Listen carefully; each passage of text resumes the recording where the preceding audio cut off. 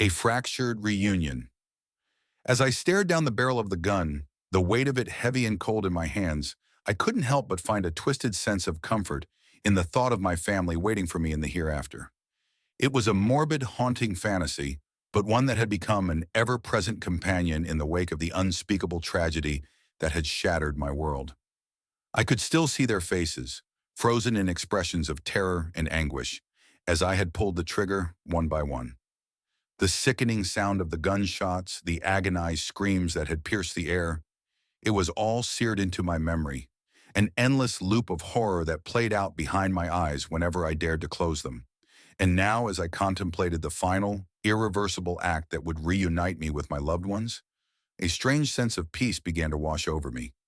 It was as if the gun had become a conduit, a means of escaping the living hell that my existence had become, and of finding solace in the embrace of those I had so cruelly robbed from this world. With a shaking hand, I raised the weapon, my finger tightening on the trigger. The cold metal pressed against my temple, a visceral reminder of the finality that awaited me. In that moment, I could almost feel their presence, the comforting warmth of their spirits urging me forward, beckoning me to join them in the hereafter. "I'm coming," I whispered, my voice barely audible, as the first tears began to fall. "I'm coming home." And as I squeezed the trigger, the deafening crack of the gunshot echoing through the silent room, I found myself consumed by a strange, almost euphoric sensation. It was as if the world had begun to fade away, replaced by a brilliant, blinding light that seemed to emanate from every corner of my vision. For a fleeting instant, I caught a glimpse of their faces, their features etched with a mixture of joy and sorrow as they reached out to me, their ethereal forms coalescing before my eyes.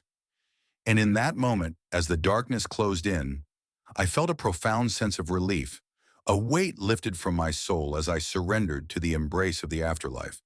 But even as I was enveloped by the radiant, comforting glow, a nagging sense of unease began to seep into my consciousness. Something was wrong, horribly, inexplicably wrong. The faces of my family, once so warm and familiar, had twisted into expressions of anguish and condemnation, their features distorting in a way that defied all logic and reason. And then, in a horrifying realization, I understood. This was no celestial reunion, no joyous homecoming. This was a cruel, twisted illusion, a projection of my own desperate, delusional yearnings, crafted by a force that sought to torment and consume me, even in the throes of death. As the light began to fade, replaced by an oppressive, all-encompassing darkness, I let out a desperate, anguished scream, the sound of it echoing through the void. For in that moment I knew with absolute certainty that I had not found salvation, but instead had condemned myself to an eternity of suffering, trapped in a fractured, nightmarish version of the very reunion I had so desperately sought.